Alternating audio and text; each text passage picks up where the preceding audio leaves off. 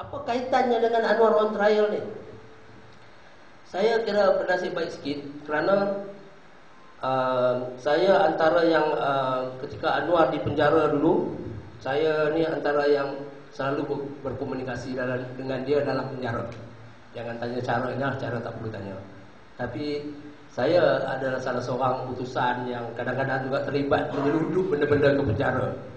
Jadi saya nak bagi tahu inilah penyeludupan. Saya ni terlibat bukan Jakarta ni, saya juga penyeludup sebenarnya. Okey, jadi kerana itu saya ada beberapa cerita yang saya rasa penting untuk kita ketahui. Di samping itu saya juga bernasib baik berkenalan yang agak rapat dengan beberapa peguam Anwar. Jadi saya dapat beberapa cerita yang tidak pernah disiar oleh media. Tapi untuk orang Kuala Kangsar ini saya nak cerita. Ya. Okey, pembicaraan Anwar kita semua tahu. Penuh dengan konspirasi. Segala hakim ni baru ni lah meninggal seorang, ya. Hakim Coklat Head. Sebelum ni Muhtar Abdullah koma 9 bulan dan sebagainya. Semua ni adalah mereka-mereka yang terlibat dalam menjalankan satu skrip konspirasi. Saya balikkan tadi, bukan hanya seorang, bukan hanya wira seorang, setiap orang wira. Saya nak cerita wira pertama. Ketika pembicaraan Anwar 98, masa tu Umi Hafildah sedang disoal sesat oleh peguam Allahyarham Fernando.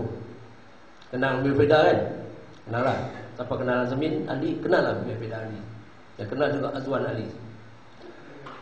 Jadi ketika pembicaraan tengah soal sesat Umi Hafildah pukul 1. Pembicaraan diberhentikan untuk makan malam makan tengah hari.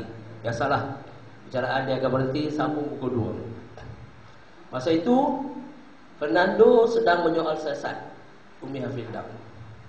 Di depan Coklat Head lah. Tiba-tiba bila berhenti, sambung semula pukul 2. Bila sambung semula pukul 2, Fernando tanya, Umi Hafildah, betulkah kamu masa rehat tadi dalam tandas wanita bergaduh dengan Zila Jalil? Tandas wanita tu. Jadi orang semua terkejut. Macam mana pula ni yang hakim berkata apa? You mengintip perempuan apa dalam tandas ke? Dia jadi mana kata dia bergaduh. Memang pergaduhan itu berlaku kerana mereka saling bergaduh kerana mereka kata kerana Umi Hafildah lah. Zila kata kerana Umi Hafildah lah Azizan terseret. Itu pergaduhannya. Fernando hanya itu tak boleh dijadikan bahan. Apatah lagi di depan hakim tak relevan ni. Bawa apa semua tak relevan. Tak boleh jadikan bahan. Tak mengapa.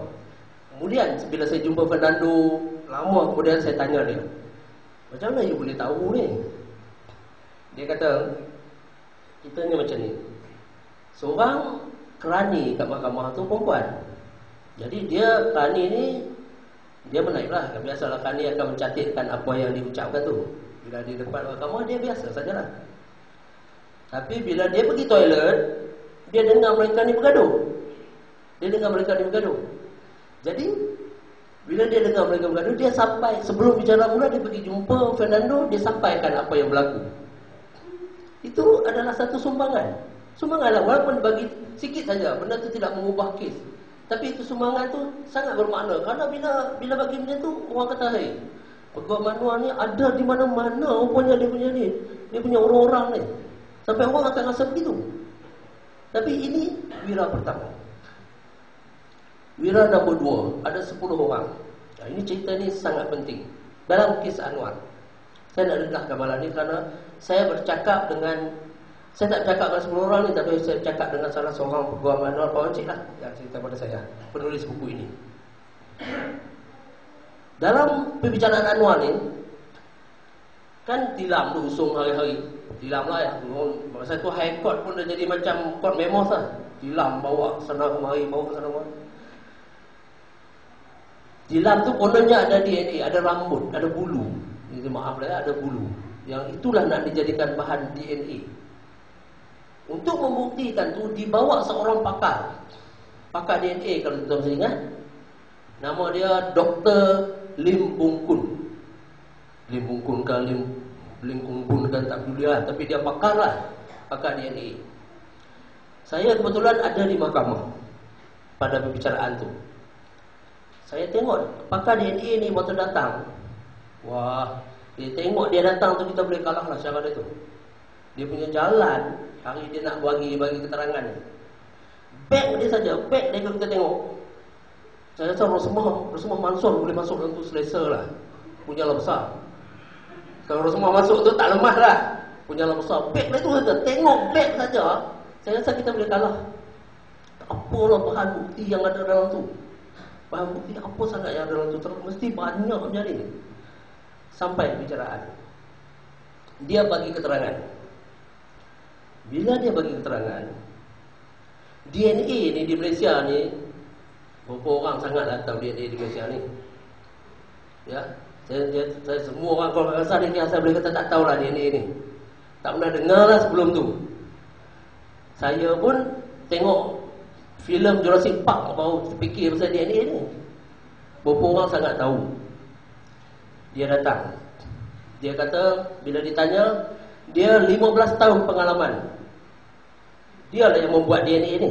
DNA yang mengatakan DNA, bila dia tengok DNA sah. Dekat tilam tu ada kesan air mani Anwar Ibrahim. Mengikut kajian yang dia buat, mengikut apa analisis makmal yang dia buat. Kemudian kaedah-kaedah diceritakan macam mana dia buat. 2-3 jam dia ceritalah. Dia bawa ke mahkamah, dia buat cross match. Dia guna perkataan-perkataan yang orang tak pernah dengar. Sudahlah DNA ni tak pernah dengar. Perkataan yang dia pakai tu pun kita tak pernah dengar. Perkataan-perkataan biologi, teknikal. Dia guna perkataan-perkataan biologi yang sangat susah. Dan kaedah-kaedah yang dia gunakan tu tak ada seorang yang tahu. Jadi pasukan peguam Anwar Ibrahim pada ketika itu sudah panik. Macam mana nak buat ni? Dia nak sebut yang dia kata pun tergeliat lidah. Nak sebut tu. Apatah lagi nak patahkan hujah dia. Nak buat macam mana ni? Peguam seorang tak tahu pasal DNA dan tak tahu nak jawab macam mana keterangan yang dia bagi. Dia kata memang dia buat ni ikut kajian ni, pergi ke makmal, gunakan mikroskop, stetoskop, apa lagi skop dia cakap orang pun tak tahu apa benda lah. Wah, ni payah. Gawat kalau macam ni. Okey, minta tangguh 2 minggu untuk nak jawab lah. Macam mana nak jawab ni? Mana pakar lah, maklumlah pakar. Pada malamnya 2-3 hari selepas itu, pasukan peguam Anwar Ibrahim dihubungi oleh seorang doktor daripada universiti tempatan. Dia kata telefon lebih kurang macam ni lah. Dia bukan tak semestinya, dia bermaksudnya macam ni.